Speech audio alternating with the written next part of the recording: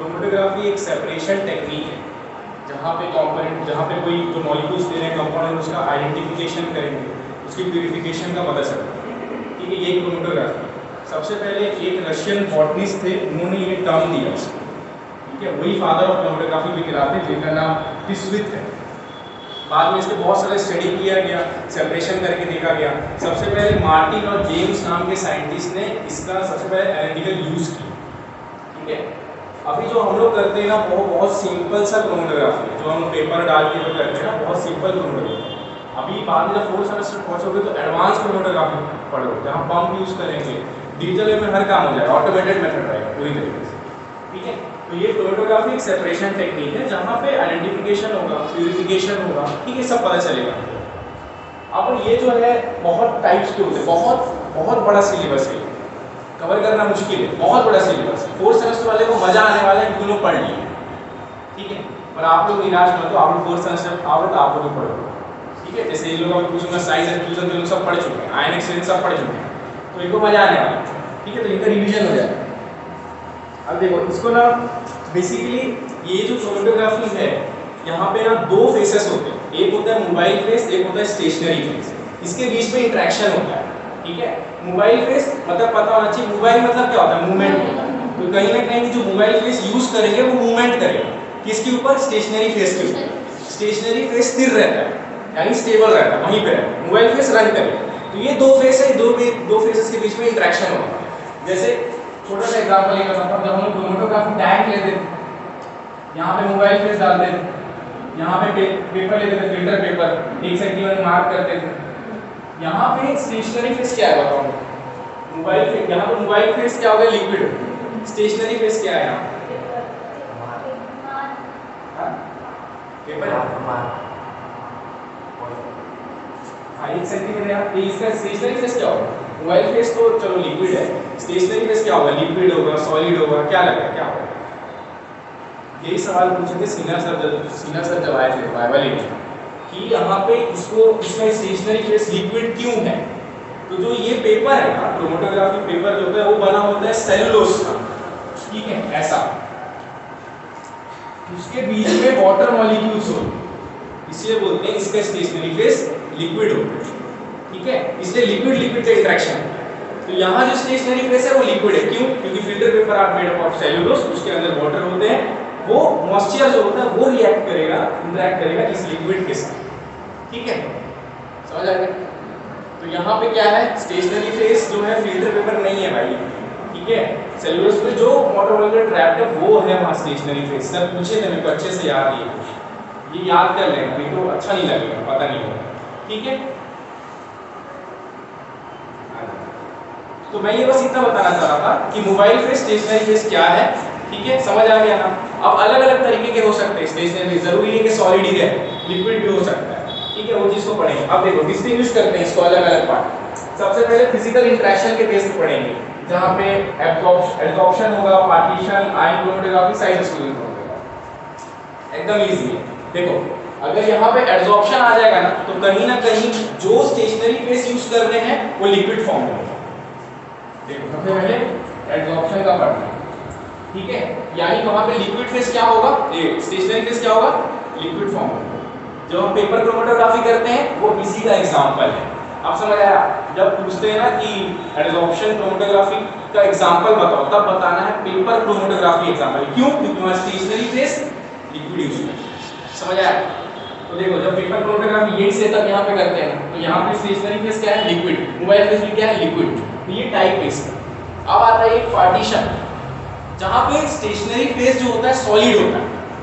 Column chromatography याद आ रहा होगा, उसमें अपन सिलिका जेल डालते हैं, सिलिका का कोटिंग करके बनाते हैं, तो वो क्या होता है, सॉलिड। तो वहां पे जो स्टेशनरी फेस है वो सॉलिड है। देखो आता जैसे कॉलम बना के पार्टीशन का बना, जैसे कॉलम बनाएंगे ऐसा। ठीक है, अब ना 4th सेमेस्टर वाले ध्यान देंगे, वो पूछ रहे हैं पैकिंग कैसे करते हैं, वो चीज समझाऊंगा। ठीक है, जैसे ये कॉलम ही सबसे पहले यहाँ पे डालना है कॉटन प्लग। क्यों, अब मान लो मोबाइल फेस रन कराओगे ना, और यहाँ पे स्टेशनरी फेस डालोगे, कॉटन प्लग नहीं रहने से सीधा इल्यूट आउट हो जाएगा। अच्छा वर्ड है इल्यूट, एग्जाम में लीक किया। इल्यूट, ये सब लिखना है, ठीक है, बाहर आ गया ये सब नहीं, इल्यूट, ठीक है। अब देखो यहाँ पे क्या लिखना है, कॉटन प्लग सबसे पहले यूज करते हैं, उसके बाद थोड़ा सा यहाँ सैंड डालते हैं, ठीक है, उसके बाद स्टेशनरी फेस फिल करते हैं। अब ये क्या टाइप का, ये क्या पढ़ रहे हैं, पार्टीशन क्रोमेटोग्राफी पढ़ रहे हैं, यानी यहाँ पे क्या होगा, स्टेशनरी फेस, सॉरी याद होना चाहिए, कंफ्यूज नहीं होना, स्टेशनरी फेस और मोबाइल फेस। सबसे पहले जो पढ़े उसमें स्टेशनरी फेस लिक्विड था, तो पेपर क्रोमेटोग्राफी का एग्जांपल है। अगर मैं बोलूं पार्टीशन क्रोमेटोग्राफी का एग्जांपल क्या है, तो बोलना कॉलम क्रोमेटोग्राफी, क्योंकि ये कॉलम ऐसी पैकिंग करते हैं। इसके बाद ना हम लोग यहाँ पे जो लेंगे स्टेशनरी को, उसको सॉलिड फॉर्म में होता है, ठीक है, ऐसा सिलिकॉन ये बनाने की सीखोगे, बताऊंगा, ठीक है।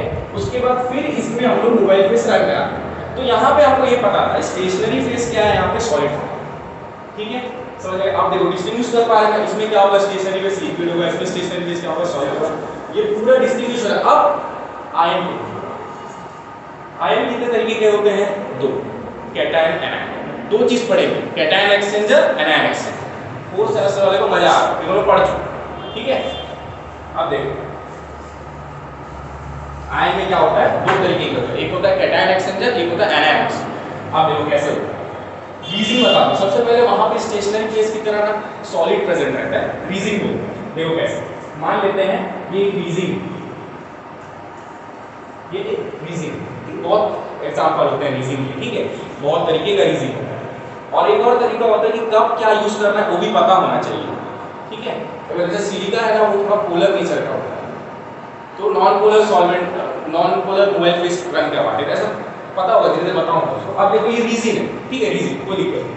अब ये जो एनायन है ना, ये रिप्लेस होने वाला है दूसरे एनायन से, कैसे देखो, अब इसकी एबिलिटी इसके साथ अच्छी होगी, ठीक है, मोबाइल फेस रन कराएंगे, मोबाइल फेस यहाँ पे रहेगा, यहाँ पे अभी आयन के बेसिस पे एक्सचेंज कर रहे हैं, कंफ्यूज मत होना, आगे साइज पढ़ेंगे, साइज के बेसिस पे सेपरेट करेंगे, अभी आयन के बेसिस पे सेपरेट कर रहे हैं। मान लो कोई सैंपल ला के दिए और बोले आयन है इसमें, तो आयन क्रोमेटोग्राफी यूज करो, क्योंकि आयन के बेसिस सेपरेट करना है। अब देखो यहाँ पे मान लेते हैं कोई नेगेटिव है, वो ज्यादा उसकी एफिनिटी है इस पॉजिटिव के साथ, तो ये आके यहाँ अटैच हो जाएगा, इसको एलिट बाहर कर दो, क्या क्या एक्सचेंज हुआ, एनायन का एक्सचेंज, ठीक है, तो क्या बोलेंगे, एनायन एक्सचेंज क्रोमेटोग्राफी। अब देखो पर रीजन क्या है, पॉजिटिव, अब मैं बोलूंगा एनायन एक्सचेंज करा रहे हो तो रीजन क्या रहेगा, पॉजिटिव, समझ आ गया। अब यही मान लो रीजन नेगेटिव उसके साथ पॉजिटिव, ऐसा आप जो सनमोबाइल फेस ले रहे हो या सैंपल डाल रहे हो उसमें पॉजिटिव, उसको हटाना है, तो ये पॉजिटिव यहाँ पे आएगा, इसको हटाएगा, क्या क्या एक्सचेंज हो गया, कैटायन। तो ये आयन क्रोमेटोग्राफी दो तरीके का होता है, एक कैटायन एक्सचेंजर, एक एनायन एक्सचेंजर। रीजन यहाँ पे यूज करते हैं, बहुत सारे रीजन होते हैं, ठीक है।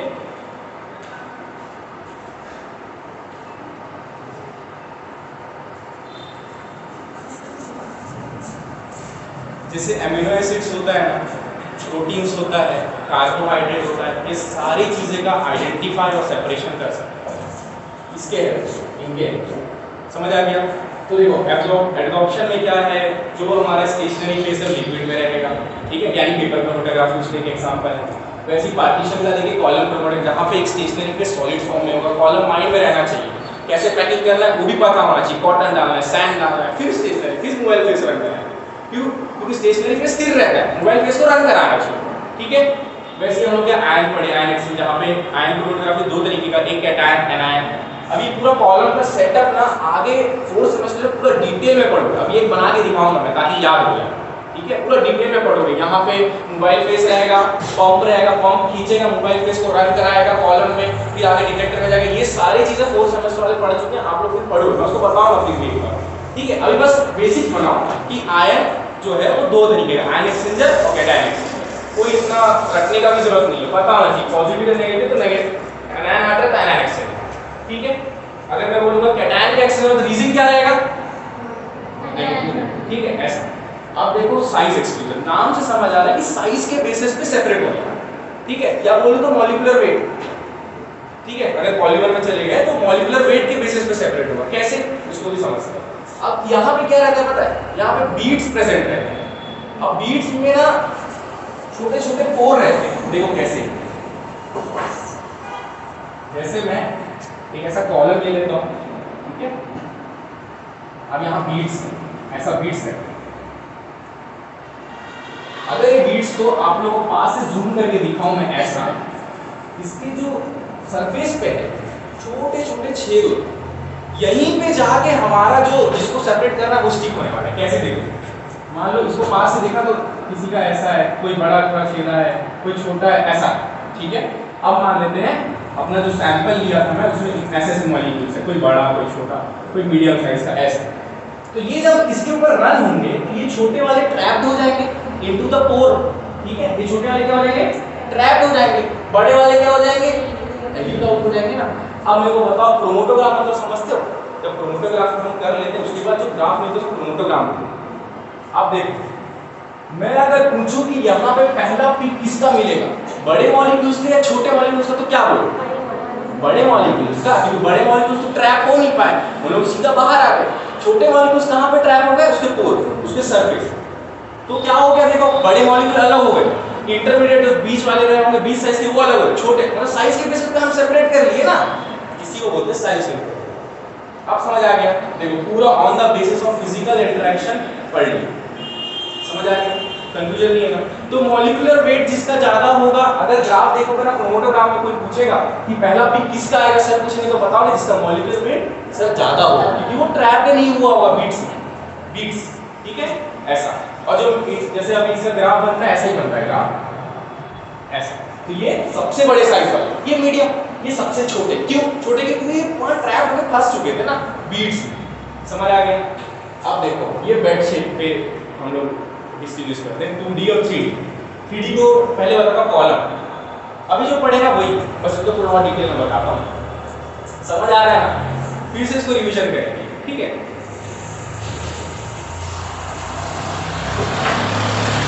अब देखो कॉलम में कैसे होता है, जैसे मैं ऐसा एक कॉलम लेता हूँ, क्या करूँगा, पहले बटन डालूंगा, ठीक है, उसके बाद सैंड डालूंगा, उसके बाद स्टेशनरी फेस, कई बार ना उसके बाद भी थोड़ा सा तो लेयर है ना सैंड का डालते हैं, ताकि जो है स्टेशनरी फेस और मोबाइल फेस में एक सरफेस तो गैप रहे, इसीलिए कि अच्छे से ये फील होता है। तो यहाँ पे क्या हमारा स्टेशनरी फेस है, यहाँ सैंड डालते हैं और उसके बाद यहाँ से मोबाइल फेस रन करता है।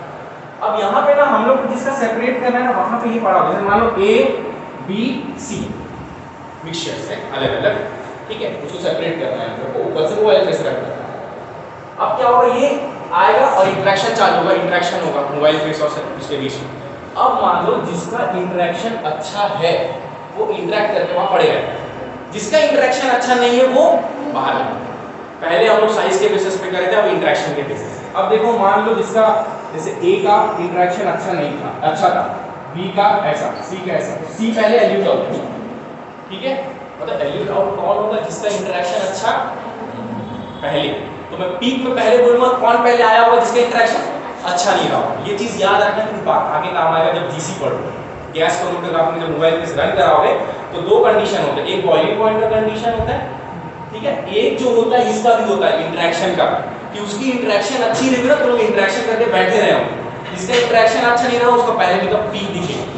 तो ये पूछने कि पहला पीक किसका दिखेगा, जिसका इंटरेक्शन अच्छा, ठीक है। तो ऐसा है ये कॉलम में, अब बार बार इसको करते रहते हैं हम लोग, ठीक है, ये कॉलम का हो गया। अब ऐसे ना 2D में भी ना TLC यानी कि थिन लेयर क्रोमेटोग्राफी सिंपल सा है, एक TLC प्लेट होता है जो ब्लड टेस्ट करते हैं। हम लोग पिछले बार जब किए थे इसका वो तो ना बॉटनी के पास से वो लेके आए स्लाइड, ठीक है। तो उसमें क्या होता है ना, सिलिका जेल का पेस्ट बना के ऊपर लगाना होता है, पर मार्केट में इसका रेडीमेड भी मिलता है। अब वो रेडीमेड जो मिलता है उसका सरफेस एकदम मस्त रहता है, तो जब हम सेपरेट कराते हैं ना बढ़िया सेपरेट होकर मिलता है, पर जब हम बनाते हैं ना तो वो बढ़िया नहीं बनता, उसका सरफेस अच्छा नहीं रहता, तो आते हैं, ठीक है। तो फिर भी बना के सीखना है, उसका पेस्ट बना के ऊपर लगाने आना चाहिए, सेलेरी ऐसा पेस्ट उसको ऊपर लगा के। वो सेम है जैसे हम लोग पेपर क्रोमेटोग्राफी करते हैं ना, सेम है, 1 सेंटीमीटर ऊपर खींचेंगे पेंसिल से, वहां डालेंगे, जिसका सेपरेट करना है उसको रन करवाएंगे, सेम ऐसे TLC में यही, ठीक है।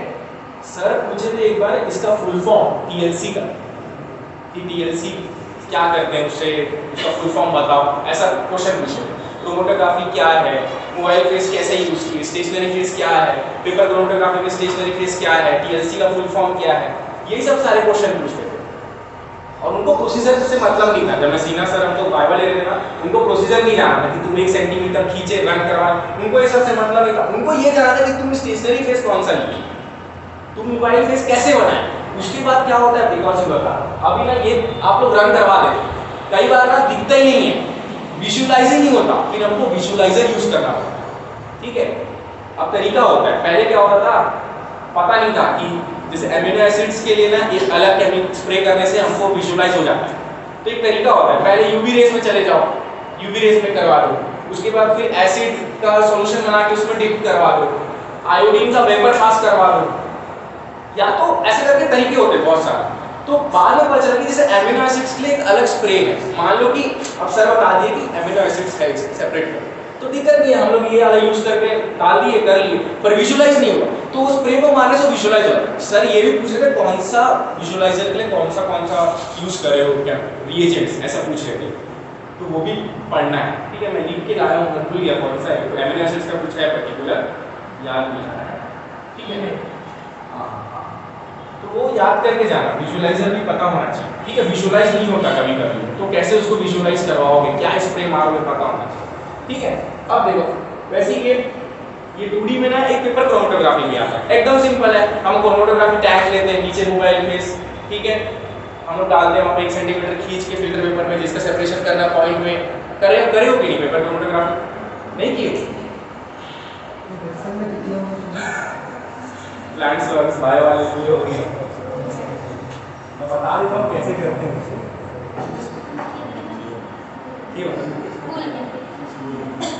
ऐसा पेपर होता है फिल्टर पेपर, 1 सेंटीमीटर ऊपर मार्क करना है, पेंसिल से ही करना है कि उसको सिर्फ हम नहीं चाहते ना यार कि पेन से कर दोगे तो वो सेपरेट हो जाएगा भाई, वो हम लोग, हाँ इसीलिए ना हम लोग सब पेंसिल से 1 सेंटीमीटर खींच के यहाँ डॉट, तो यहाँ पे ना हमको जिसका निकालना है, मान लो एमिनो एसिड्स हो मोटी जो, तो ना जिसका सेपरेट करना है उसको यहाँ पे हल्का सा कैपिलरी ट्यूब के हेल्प से ऐसा हल्का सा टच करा देना है। उसके बाद ये ऊपर जाएगा, जब हम लोग ऐसा टैंक लेके डालेंगे यहाँ पे अपना मोबाइल फेस रहेगा। स्टेशनरी फेस क्या है, फिल्टर पेपर नहीं है भाई, उसमें सेल्यूलोज जो वाटर मॉलिक्यूल वो है, इसलिए बोलते हैं कि इसका स्टेशनरी फेस लिक्विड होता है, इसलिए ये अब्जॉर्प्शन एडसॉर्प्शन में आता है। ठीक है, वही बताऊं। अब देखो ये रन करेगा, उसके बाद हो सकता है, उसके बाद आरएफ वैल्यू निकाल, रिटार्डेशन फैक्टर। ये भी पूछे थे कि आरएफ का फुल फॉर्म क्या होता है और आरएफ का फॉर्मूला क्या है, ये भी सर पूछे थे कि आरएफ का फॉर्मूला क्या होता है, और आरएफ का फुल फॉर्म भी पूछे थे। उसके बाद ना आरएफ करके भी होता है ना, log 1/RF-1, वो भी पूछे थे सर, तो वो भी बताऊंगा मैं आगे पहुंचेंगे। तो इतना समझ आ गया ना, हम लोग फिजिकल इंटरेक्शन बेसिस पढ़ लिए, बेड शेप के हिसाब से पढ़ लिए, कॉलम पता चल गया। हम लोग ये भी पढ़ लिए कि टीएलसी क्या होता है, thin layer chromatography, TLC plate लेते हैं, ऊपर में सिलिका का कोटिंग करते हैं, तो 1 सेंटीमीटर सेम पेपर क्रोमेटोग्राफी का सिस्टम है। ये समझ आ गया ना, क्रोमेटोग्राफी पेपर लेते हैं, फिर फिल्टर पेपर लेके 1 सेंटीमीटर ऊपर मार रहे हैं, सब समझ आ गया ना। ये पूछेगा तो प्रोसीजर पूछ लिए तो पता होना है ना कैसे किए होंगे इसी। उसके बाद ना फिजिकल स्टेट बेसिस पे आता है, जैसे गैस क्रोमेटोग्राफी हो गया, ये थोड़ा एडवांस पहुंच जाता है, बाद में ये और एडवांस हो जाएगा, हाइपोनेटेड टेक्निक बन जाएगा जब दो मिल जाएंगे, जीसीएमएस। ठीक है, जीसी यानी, अब जीसी क्या है, क्रोमेटोग्राफी यानी क्या हो रहा है, सेपरेशन टेक्निक हो रहा है, उसमें एमएस मिला दे रहे हैं, जीसी और एमएस मिला दे रहे हैं, तो कहीं ना कहीं वो डिटेक्शन, ये तो चलो ये सेपरेशन कर रहा है, ये डिटेक्शन कर रहा है, स्ट्रक्चर के बारे में पता चल रहा, मास बटे रेशियो के बारे में, जो भी मान लो चार्ज जैसा भी है, इसके बारे में दो टेक्निक्स को मिला देंगे बाद में। इसलिए जो अभी सेकंड सेमेस्टर वाले हैं वो इस चीज को ध्यान दें, क्योंकि आगे चल के ये इंस्ट्रूमेंट मिलने वाला है, फिर ये बड़ा इंस्ट्रूमेंट बनेगा। ठीक है, ये सिर्फ आप लोग जीसी पढ़ रहे हो ना, बाद में जीसीएमएस बन जाएगा, फिर एचपीएलसीएमएस बनेगा।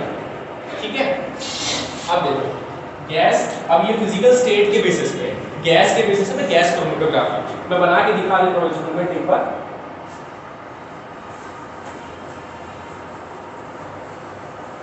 एक इंस्ट्रूमेंट आ गया तो सारे इंस्ट्रूमेंट आ गए।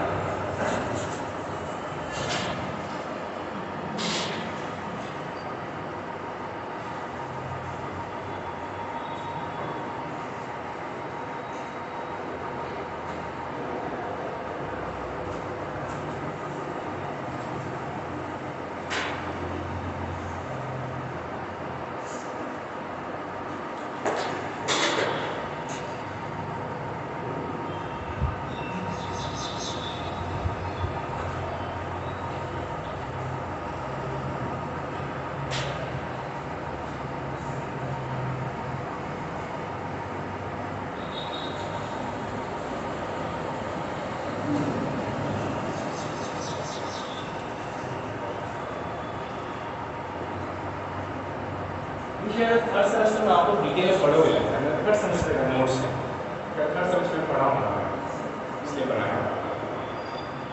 अब देखो ये नॉर्मल जीसी का सेटअप है। गैस क्रोमेटोग्राफी यानी यहाँ मोबाइल पे जो यूज करेंगे वो गैस के फॉर्म, गैस की इनर्ट यूज करना है, ठीक है। अब देखो पता होना चाहिए अपना कौन सा भी कंफ्यूजन हो जाएगा, बार बार पढ़ोगे ना तो याद हो जाएगा। अभी टेंशन मत लेना, अभी पता नहीं पूछूंगा अचानक स्टेशनरी पे क्या तो कंफ्यूज हो जाओ, उत्तर टेंशन लेने के बाद धीरे धीरे पढ़ के बाद में याद हो जाएगा। गैस क्रोमेटोग्राफी में मोबाइल पे गैस यूज करते हैं, और जो यहाँ पे स्टेशनरी फेज होता है या तो सॉलिड हो सकता है या तो लिक्विड हो सकता है, ठीक है। हमको बस ये जानना रहता है कि ना उसका इंटरेक्शन कैसे हो रहा होगा, ठीक है। ये ज्यादा इंपॉर्टेंट होता है कि बॉइलिंग पॉइंट के बेसिस पे हो रहा है या एफिनिटी के बेसिस पे हो रहा है, इसके बेसिस पे ज्यादा पता होना चाहिए। जब हम लोग हाइब्रिडेट पढ़ते हैं तो इंटरफेस, दो इंस्ट्रूमेंट को जोड़ने के लिए इंटरफेस लगाते हैं, तो उस समय इंटरफेस का पता होना है। तो अभी देखो इसमें देखो मोबाइल फेस है, कोई भी गैस होगा, मोबाइल फेस क्या करता है, रन करता है स्टेशनरी फेस के ऊपर, किसके हेल्प से। अब ये अपने आप तो पहुंचेगा नहीं ना। अच्छा एक चीज बताना भूल गया मैं, जो पेपर क्रोमेटोग्राफी होता है ना, पेपर क्रोमेटोग्राफी का भी बहुत सारा टाइप होता है। Ascending paper chromatography, descending paper chromatography, ascending descending paper chromatography, radical chromatography, चार तरीके का होता है। आप लोग जो करते हो ना असेंडिंग ही रहता है, सीधा नीचे मोबाइल फेस लगाते हैं, ऊपर रन करवाते हैं। डिसेंडिंग में क्या होता है, ऊपर से मोबाइल फेस रन होता है। असेंडिंग डिसेंडिंग में दोनों होता है, मतलब एक तरफ से ऊपर जाएगा फिर नीचे ऐसा। फिर रेडिकल में क्या होता है, हम लोग पेट्रोल डिश लेके उसमें डालते हैं, बॉटमैन पेपर को बीच में विंग बना के ऐसा डाल के वो करते हैं। तो चार तरीके का होता है, पर एक चीज याद होना चाहिए कि मोबाइल फेस नीचे से ऊपर रन हो रहा है, तो उस एक्शन को क्या बोलते हैं बताओ मुझे। मोबाइल फेस ग्रेविटी से अगेंस्ट जा, कैपिलरी एक्शन बोलेंगे, पता होना चाहिए कि कैपिलरी एक्शन हो रहा है कि देखो अगेंस्ट द ग्रेविटी मूव हो रहा है ना। मोबाइल फेस नीचे था और स्टेशनरी फेस हम ऊपर लटका के रखे थे, तो ऐसा ऊपर जा रहा है या अगेंस्ट द ग्रेविटी जा रहा है, उस एक्शन को बोलते हैं कैपिलरी एक्शन। पेड़ जो पानी डालते तो ऊपर जा रहा है, कैपिलरी एक्शन बोलते हैं ना, ये भी कैपिलरी एक्शन। पता होना चाहिए, पूछ देगा अचानक से कौन सा एक्शन दिखा रहा है बताओ तो, कैपिलरी एक्शन। समझ आ गया? गैस क्रोमेटोग्राफी बनाते हैं वापस। यहाँ मोबाइल फेस है, ये अपने आप जाएगा नहीं कॉलम में, इसको भेजना पड़ेगा, हम तो भेजेंगे नहीं, तो भेजेगा पंप। पंप क्या करता है, कांस्टेंट फ्लो में, याद रखना कांस्टेंट फ्लो में यहाँ पे कॉलम में मोबाइल फेस को रन करवाता है। पंप भी दो तीन टाइप के होते हैं, पेरिस्टाल्टिक पंप है ना, दो तीन लोगों को याद है, दो चार नाम भी होते हैं, मैं इनको बता के रखा हूँ। इसकी दो तीन तरह का पंप होता है, ठीक है। मोबाइल फेस क्या करता है, रन करता है कैपिलरी अपने कॉलम में with the help of pump. Pump का कांस्टेंट, जब तक पूरा सिस्टम चल रहा है कांस्टेंट फ्लो होना चाहिए उसमें, नहीं तो अपना जो क्रोमेटोग्राम आएगा उसमें दिक्कत आए। तो एक कांस्टेंट फ्लो से जाते रहता है मोबाइल फेस ऐसा। हम लोग सैंपल यहाँ से डालते हैं, ठीक है। हमारा ये कॉलम होता है। अब कॉलम भी दो प्रकार का होता है, packed column, capillary column. Capillary column भी तीन प्रकार का होता है, ओपन ट्यूबुलर कॉलम ऐसा करके उसका दो है, पोरस कॉलम ऐसे करके दो तीन। तो कॉलम भी दो प्रकार का होता है, packed column, capillary column. Capillary column भी तीन प्रकार का, ठीक है। तो ये कॉलम में क्या होता है, हमारा स्टेशनरी फेज प्रेजेंट होता है। अब जैसे उसमें पेपर क्रोमेटोग्राफी में चिल्ला चिल्ला के बोल देते हैं ना हम लोग कि ये जो है पेपर है स्टेशनरी फेज, वैसे यहाँ पे कॉलम नहीं है स्टेशनरी फेज, उसके अंदर प्रेजेंट है एक सामान, उसको बोलते हैं स्टेशनरी फेज, जो कि सिलिका जेल या सिलिका प्रोटीन या एल्यूमिनियम बहुत कैल्शियम कार्बोनेट, तो वो सब फेस बना के डाले, तो वो स्टेशनरी फेज की तरह काम करता है। तो अब यहाँ पे ये पहुंचा, इनके बीच में क्या होगा, इंटरेक्शन होगा, सैंपल मोबाइल फेस स्टेशनरी सबके बीच में इंटरेक्शन। अब यहाँ सेपरेशन होता है दो चीजों के बीच में। मान लेते हैं पहले समझते हैं बॉइलिंग पॉइंट। अगर यहाँ से ये पहुंचता है तो इसका बॉइलिंग पॉइंट जो गैसेस है, सबसे पहले बॉइलिंग पॉइंट जिसका बहुत ज्यादा है, बहुत ज्यादा बॉइलिंग पॉइंट, वो गैस नहीं बना है, लिक्विड में ही है, वो बढ़िया इंटरेक्ट करेगा यहाँ बैठ के। और जिसकी बॉइलिंग पॉइंट है वो रुकने वाला है, जिसकी बॉइलिंग पॉइंट बहुत कम है वो गैस बन के बाहर भगेगा। तो मैं बोलूंगा पीक में पहले कौन दिखेगा, तो जिसकी बॉइलिंग पॉइंट कम है। अगर मान लो बॉइलिंग पॉइंट ही सेम है तो कैसे होगा, तब इंटरेक्शन के बेसिस पे, तब इंटरेक्शन देखेंगे इनके बीच में कैसे इंटरेक्शन हो रहा है। अगर अच्छा इंटरेक्शन हो रहा है दे विल इंटरेक्ट, वहीं भी इंटरेक्शन होगा। जिनका इंटरेक्शन अच्छा है, कोई इंटरेक्ट नहीं कर रहा, सीधा बात। तो पहला पिक किसका दिखेगा, जिसका इंटरेक्शन अच्छा है। ये गैस क्रोमेटोग्राफी। अब इसमें बहुत डिटेल में पढ़ोगे आप, ये ऊपर से बता रहा हूँ मैं, एक क्लास लग जाएगा इसको समझाने में पूरा, जिनको पढ़ाया हूँ। तो ये मोबाइल फेस भी दो तीन तरीके का, कैसे बफर सॉल्यूशन डाल के मोबाइल फेस बनाया जाता है, पंप के हेल्प से खींचा जाता है, पंप भी दो तीन टाइप के होते हैं, कॉलम भी दो प्रकार के होते हैं, packed column, capillary column. Capillary column में तीन प्रकार के होते हैं। अब डिटेक्टर में जाता है, ये सब होने के बाद डिटेक्टर में जाता है, डिटेक्ट करता है हमको क्रोमेटोग्राम में एक एम्पलीफायर भी होता है, एम्पलीफाई करता है सिग्नल। तो ये क्रोमेटोग्राम कुछ नहीं है, जब ये सारा सेपरेशन हो जाता है ना तो हमको एक ग्राफ मिलता है, उसको बोलते हैं क्रोमेटोग्राम। ठीक है, ये हो गया हमारा जीसी। अब इसी में क्या होता है ना, जब बाद में आगे पढ़ने बैठोगे ना तो जीसीएमएस जो एक हाइफोनेटेड टेक्निक है, यानी दो बड़े बड़े टेक्निक मिल रहे हैं। ठीक है, वो दो बड़े टेक्निक के बीच में भी जैसे जीसी और उनके बीच में एक समान रहता है जिसको बोलते हैं इंटरफेस। बहुत ज्यादा इंपॉर्टेंट कॉन्सेप्ट। अब इंटरफेस भी बहुत सारे टाइप के होते हैं, 6-7 प्रकार, जैसे बोल्ट्जमैन-मेमन इंटरफेस। ठीक है, वो इंटरफेस होता है, ये दोनों को कनेक्ट करता है। क्यों कनेक्ट करता है ये भी पता हो, दोनों का काम करने का तरीका अलग है, दोनों अलग प्रेशर में काम करते हैं, है ना। मास स्पेक्ट्रोमेट्री और गैस क्रोमेटोग्राफी दोनों अलग है, बहुत जमीन आसमान का फर्क है, दोनों का वर्किंग प्रॉपर्टी अलग है, उसको समान करने के लिए बीच में इंटरफेस है। ठीक है, प्रेसिपिटेशन इंटरफेस, ऐसा 2-3 होता है काम, ये लोग पढ़ रहे हैं, तो आप लोग अभी बस समझे रहो, आगे जाकर उसको डेप्थ में पढ़ना। ठीक है, तो ये क्या है, आइसोलेटेड टेक्निक, जब दो टेक्निक मिल। ठीक है, बाद में ये अब जीसी को हटा दूंगा, एचपीएलसी लगा दूंगा। ठीक है, अब देखो ये चीज समझ आ गया ना, इसके किसका सेटअप था, जीसी का। सेम सेटअप रहेगा हमारा उसका भी, एचपीएलसी का। ये जो कॉलम है ना थोड़ा अलग होता है,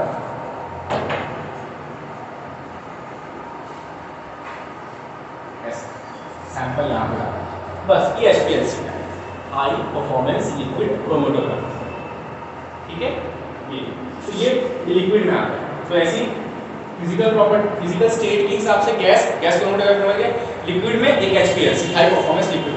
ये पूरा क्रोमेटोग्राफी का सार है, ये सिर्फ इंट्रोडक्शन है, ये ऐसा नहीं है कि ये पूरा समझ आ गई, ये क्रोमेटोग्राफी का सिर्फ इंट्रोडक्शन बताया। इसके अंदर बहुत सारा चीज पढ़ने का है, एक एक चीज पता होना चाहिए कि पंप कितने प्रकार के हैं, सॉल्वेंट क्यों उसी को ले रहे हैं, कब मोबाइल फेस को रन कराना है, ये कांस्टेंट फ्लो में मेंटेन क्यों करता है, ये सब पता होना है। इंटरफेस आ रहा बीच में कि दोनों की प्रॉपर्टी अलग है, उसका काम को सेम करने के लिए इंटरफेस बीच में आ रहा है। एक बहुत बड़ा टॉपिक है ये। ठीक है, ये इंट्रो समझ आ गया ना, अच्छे से क्लियर है ना पूरा।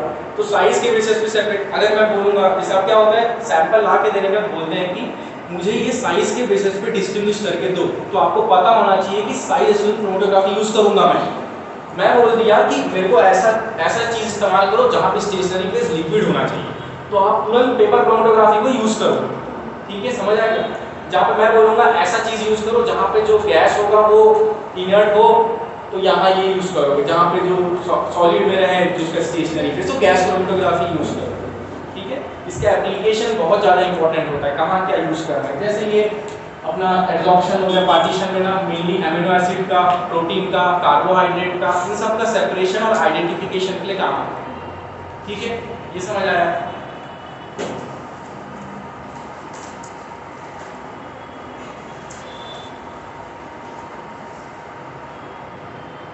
आरएफ वैल्यू बताता हूँ रिटार्डेशन का। ठीक है,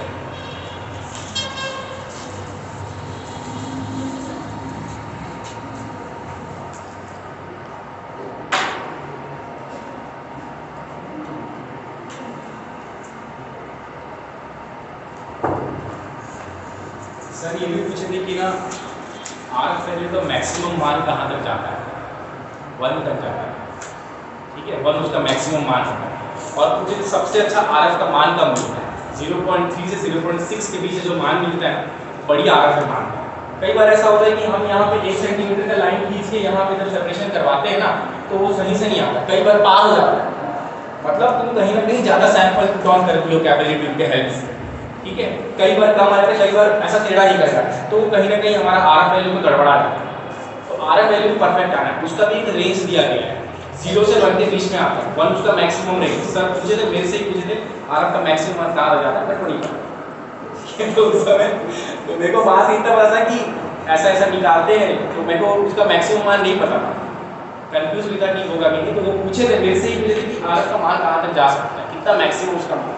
देखो आरएफ का होता है, हम 1 सेंटीमीटर खींचे, यहाँ पॉइंट करके जो सेपरेशन कर रहे करे, टैंक में डाले, मोबाइल फेस रन हुआ। ठीक है, स्टेशनरी फेस का इंटरेक्शन हो गया, उसके बाद ना धीरे धीरे ऐसा अलग अलग फेस मिलेगा। ठीक है, अलग अलग सेपरेशन होगा। मान इसको हम बोलते हैं ए बी सी, सबसे आखिर सॉल्वेंट कहां तक गया। तो आरएफ का एक फार्मूला होता है distance travel by a solute, ये इसको ना हम लोग बेसलाइन बोलते हैं, ये बेसलाइन है। तो distance travel by a solute from a baseline, solute मतलब ए, जैसे A but A distance travel by solvent, मान लो यहां तक सॉल्वेंट जा रहा है जिसको मैं बोल रहा हूं मान लो लगभग डी बोल रहा हूं, तो ए बाय डी ऐसा समझ आ गया।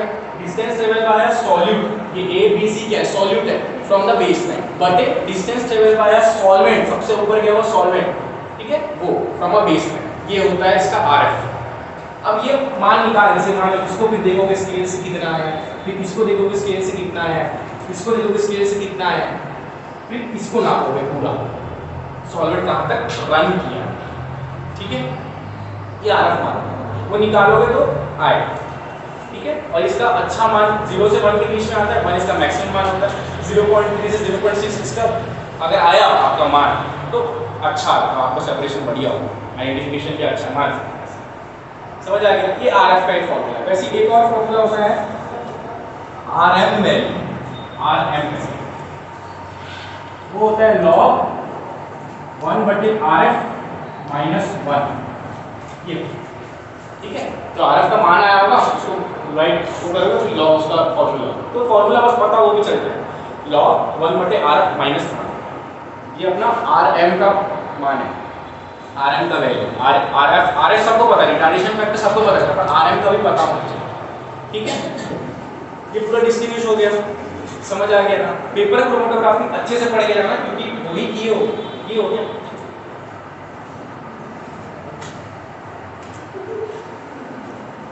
हम लोग टीएलसी भी किए थे, ये वाला इसको भी किए, अच्छा था वो भी, इसको भी किए, विजुअलाइजर वगैरह सब बना के ना स्प्रे किए थे।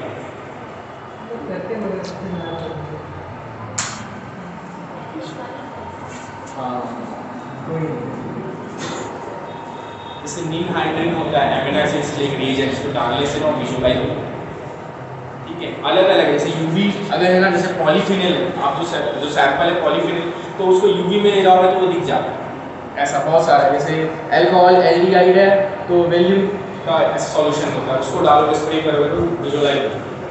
कई बार विजुअलाइज नहीं होता है तो विजुअलाइजर डालते हैं ताकि विजुअलाइज हो जाए वो सेपरेशन, ठीक है। एक बार फट से रिवीजन करते हैं इसको, ठीक है। सबसे पहले क्रोमेटोग्राफी क्या है, एक सेपरेशन टेक्निक है जहाँ पे आइडेंटिफिकेशन प्यूरिफिकेशन के बारे में पता रखना।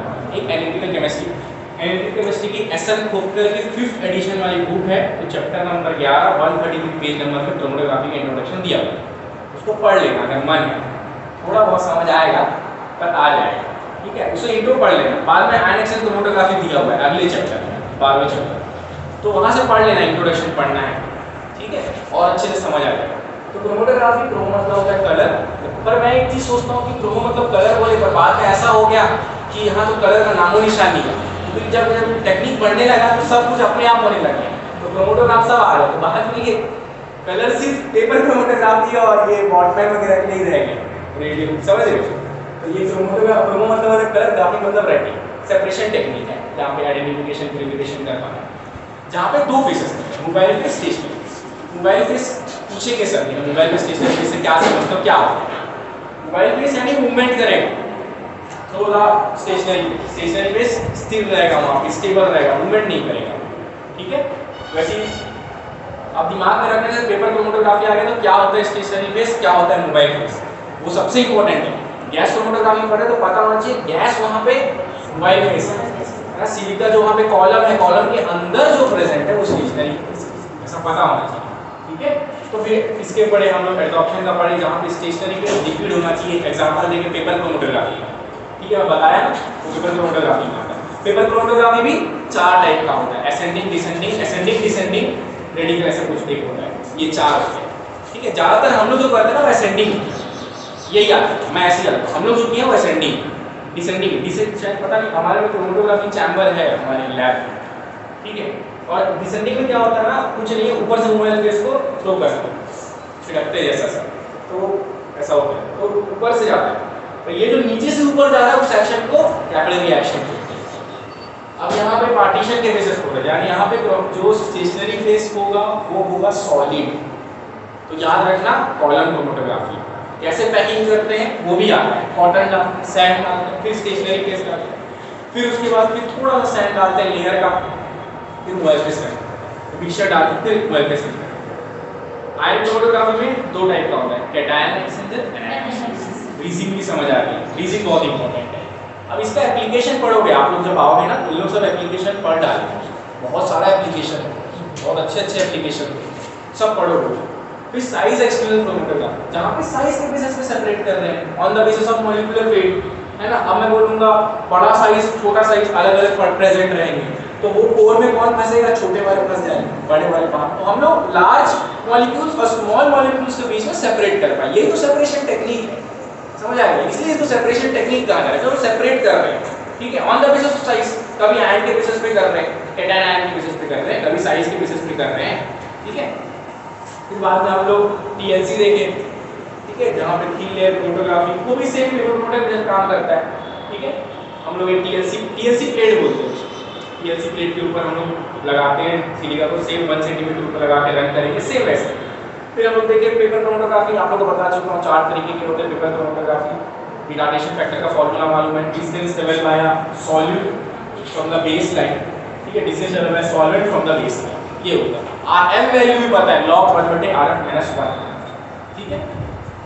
अब देखो पेपर क्रोमेटोग्राफी अच्छे से है, पेपर क्रोमेटोग्राफी इसलिए इंपॉर्टेंट है क्योंकि ना उसी को हम प्रैक्टिकल करते हैं ना ज़्यादा, इसीलिए पूछते भी हैं उसको। फोर्थ सेमेस्टर वाले अगर सर अगर थ्योरी में घुस गए ना तो ये पूछेंगे गैस क्रोमेटोग्राफी वगैरह, ठीक है। कॉलम क्रोमेटोग्राफी आप लोगों को पता है कैसे सेपरेट होगा, on the basis of interaction. इसका इंटरेक्शन अच्छा है तो बाद में लीड होगी, इसका इंटरेक्शन वीक है वो पहले लीड होगा आप लोगों को। उसके बाद फिजिकल स्टेट के बेसिस पे देखें गैस क्रोमेटोग्राफी को समझें, जहाँ पे बॉइलिंग पॉइंट बहुत इंपॉर्टेंट है जानना, क्यों, क्योंकि बॉइलिंग पॉइंट अगर ज़्यादा है तो वो रुकेगा, बॉइलिंग पॉइंट का मतलब गैस बढ़ के बाहर निकल जाएगा, ठीक है। इंटरेक्शन कैसे भी पड़े समझ आएगा। गैस क्रोमेटोग्राफी का सेटअप पूरा मालूम है, यहाँ पे मोबाइल फेस रहता है, पंप रहता है, पंप क्या करते हैं मोबाइल फेस को रन कराता है कॉलम के ऊपर। कॉलम भी 2 प्रकार के होते हैं, capillary column, packed column. Capillary column भी 3 प्रकार के होते हैं, ठीक है। उसके बाद डिटेक्टर रहता है, एम्पलीफायर रहता है, फिर क्रोमेटोग्राफी। डिटेक्टर का भी 2-4 प्रकार होता है ना, वो सब फोटो मल्टीप्लेक्स जैसा बहुत 2-3 प्रकार होता है, कोई पता होना है। आप लोग को नहीं होने से भी चलेगा, उन लोग पता होना, ये एग्जाम में लिखना पड़ेगा। इंस्ट्रूमेंट आया, सिर्फ इंस्ट्रूमेंट आया तो इंस्ट्रूमेंट ही बना के आना, जबरदस्ती का प्रिंसिपल एप्लीकेशन नहीं है, ठीक है। फिर उसके बाद लिक्विड एचपीएलसी सेम है, गैस क्रोमेटोग्राफी में एक अलग कॉलम था तो एचपीएलसी में अलग कॉलम यूज कर रहे हैं, सेम वर्क करेगा, सेपरेशन करा के देगा, वही मिलेगा। अब बाद में यही सब मिलते जाएंगे, जीसीएमएस मिल जाएगा, एचपीएलसीएमएस मिल जाएगा, उसके बाद जीसीआईआरएमएस मिल जाएगा। ऐसे जब देते हैं ना जीसीआईआरएमएस लेते हैं ना, जीसीआर, हाँ, तो जो बीच का जैसे ना ये बता रहा हूँ, जैसे जीसीआईआरएमएस एक जो होना चाहिए ना वो नॉन डिस्ट्रक्टिव होना चाहिए, हमेशा याद रखना, नॉन डिस्ट्रक्टिव मेथड होता है। तो ये अभी ये हाइड्रोनेट अभी मत समझो, बाद में बस एक पता होना चाहिए, कल इसको जाके बाद में एडवांस लेवल पे पढ़ने वाले जो जूनियर है सुपर जूनियर, तो बाद में जाके आप लोग एडवांस लेवल पे उसको पढ़ोगे तो पता होना चाहिए, ठीक है। इन लोगों को पता है, अब आप लोग आओ तो पूरा जब कोर्स होगा तो आप लोग इसको पढ़ो। तो ये पूरा क्रोमेटोग्राफी का इंट्रो ही था बस, ठीक है। तो बस